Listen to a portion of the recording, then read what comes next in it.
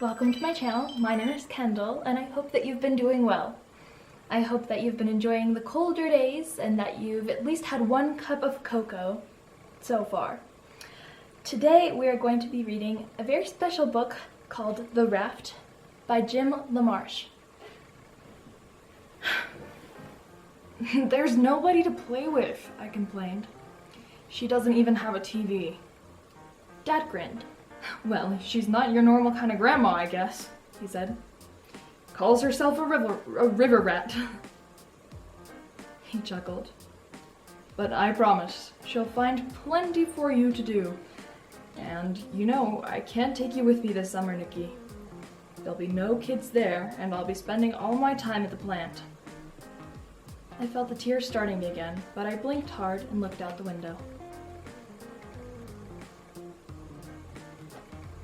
That afternoon, I stood in Grandma's yard and watched my dad drive away. Dust rose up behind our car as it disappeared into the pines.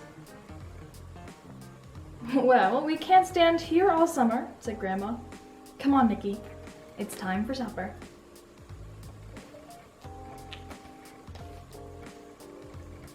Honey or maple syrup on your cornbread? Grandma asked. I don't like cornbread, I mumbled, poking my finger into the syrup pitcher when she wasn't looking. If you're going to do that, you'd better wash it up first, she said. She had eyes in the back of her head. Bathroom's through there. I pushed the doorway curtain aside and walked into what would have been a living room in anyone else's house. Books were scattered everywhere. On the tables, on the chairs, even on the floor. 3 of the walls were cluttered with sketches and stuffed fish and charts of the river.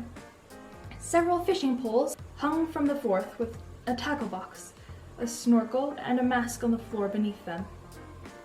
It looked like a river rat's workroom, all right, except that in the middle of everything was a half-finished carving of a bear.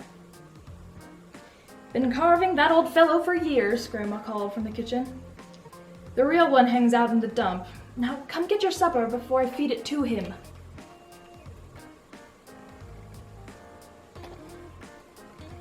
Dad was right. Grandma found plenty for me to do.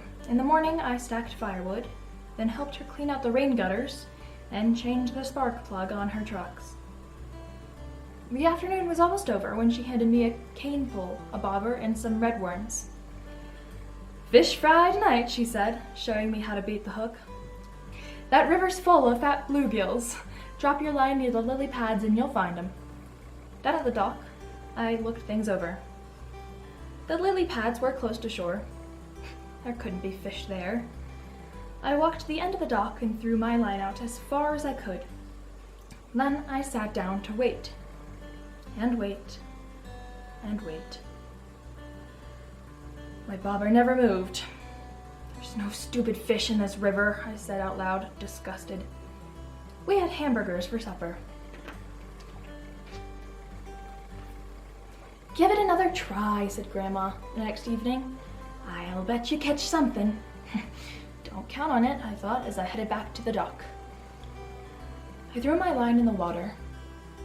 Then I stretched out on the dock to wait. I must have fallen asleep because I was awakened by a loud chirping and chattering. I sat up and looked around. A flock of birds was moving towards me along the river, hovering over something floating on the water. I drifted downstream, closer and closer, until finally it bumped up against the dock. Though it was covered with leaves and branches, now I could tell that it was a raft. What was it doing floating down the river all by itself, I wondered. I reached down and pushed some of the leaves aside. Beneath them was a drawing of a rabbit. It looked like those ancient cave paintings I'd seen in books. Just outlines, but wild, fast, and free. I cleaned away more leaves, and it was like finding presents under the Christmas tree. A bear, a fox, a raccoon, all with a wild look of the rabbit. Who had drawn them, I wondered? Where had the raft come from? I ran up to the cottage. Grandma was on the porch reading. Do you have some rope I could use? I asked. In the shed, hon, she said. Help yourself.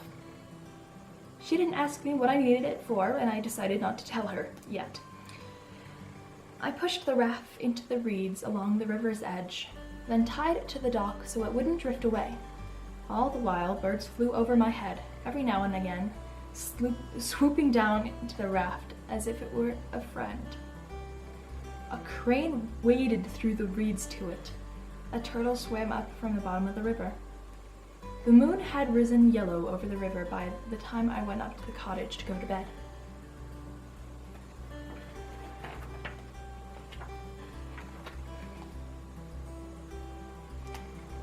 I was already down at the dock the next morning when Grandma appeared with a life jacket and a long pole. She didn't seem surprised by the raft at all, or by the animal pictures all over it. How did you know? I started. Let's go, Grandma interrupted, tossing me the life jacket and stepping onto the raft.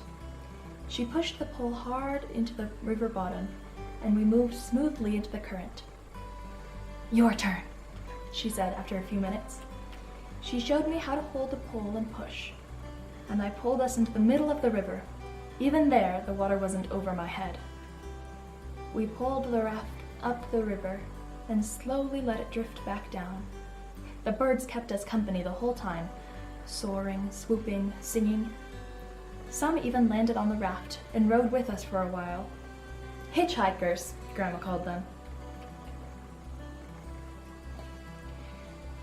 After that, I had little time for anything else but the raft.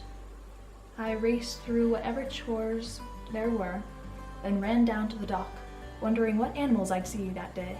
It wasn't just birds that the raft attracted. One morning, 3 raccoons followed me along the shore. Another time, a turtle climbed on board and spent the morning sunning itself. And one afternoon, I saw a family of foxes slip through the trees along the river.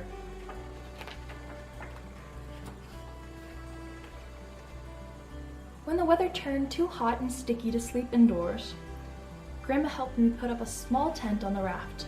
I lay on top of the cool sheets and read comic books by flashlight until I fell asleep. One night, a noise woke me up. There in the moonlight stood a huge buck. He looked right at me and then lowered his head to drink, as if I wasn't there at all. I found Grandma the next morning working on her bear carving. Do you have some extra paper I could draw on? I asked her. She brought out a big sketch pad and a pouch filled with thick pencils and crayons. I've been saving these just for you, she said. Better take these too. She held up the snorkel and mask. Never know when they might come in handy on a raft.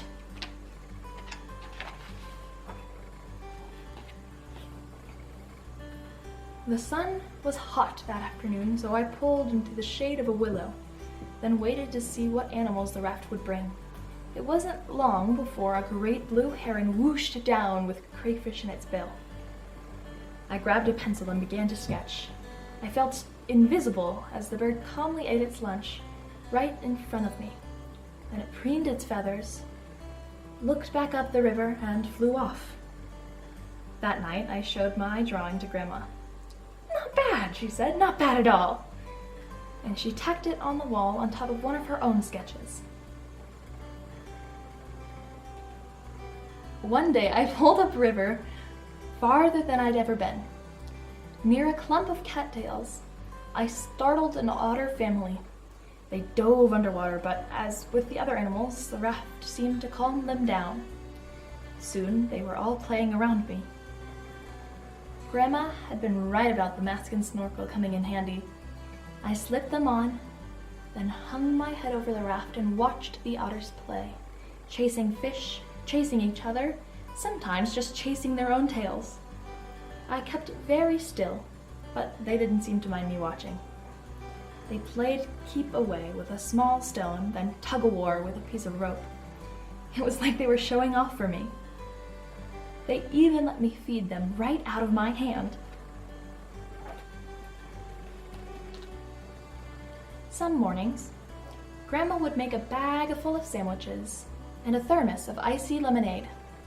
Then, we'd put on our bathing suits, grab some towels, a lawn chair, and an inner tube, and pull upriver to her favorite swimming spot. I've come swimming here since I was a girl, she told me. as we tied the raft to an old dock. The Marshalls used to live here, all 10 of them. What a herd of wild animals we were. While Grandma watched from the inner tube, I practiced my flying cannonballs. Then we'd eat our lunch, and she'd tell me stories about growing up on the river. My favorite was of a time she found a small black pearl inside a river clam. "I still have it," she said.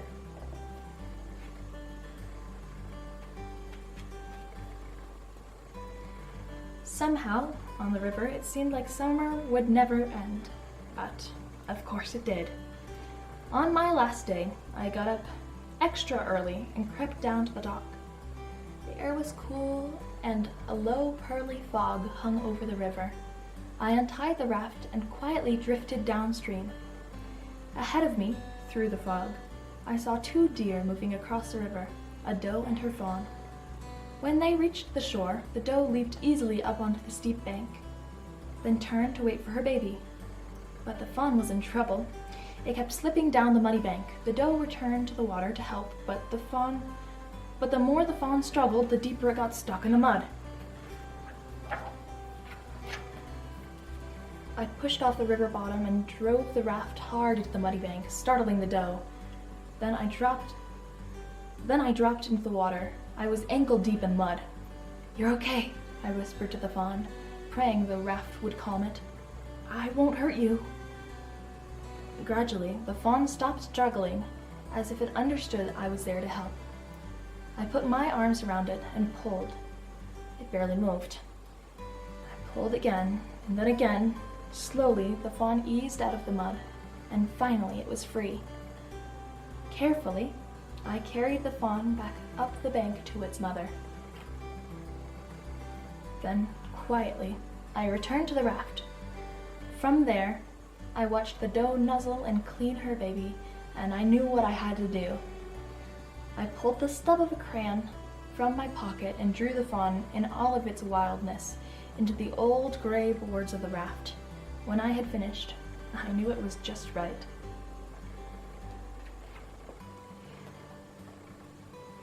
After supper, I showed my grandma the drawing of the fawn and told her my story. "It's perfect," she said. "But we need to do one more thing." She hurried up to the cottage. When she came back, she had tubes of oil paint and 2 brushes. Grandma helped me trace my drawing with the oil paint, which soaked deep into the wood. "That'll keep it," she said. "Now you'll always be a part of the river." "Just like you, Grandma," I told her. "A river rat." Grandma laughed. "Just like me," she agreed.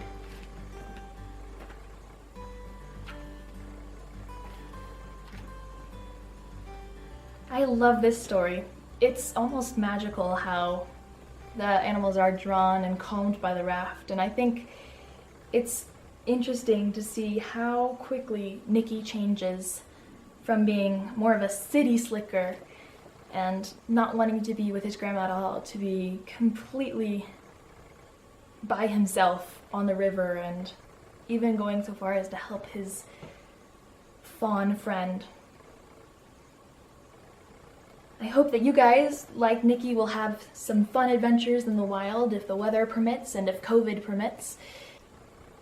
And I hope that one day, like Nicky, you will get to play with the otters in a river somewhere, because I know that's what I would want. And as always, I hope that you all treat yourselves.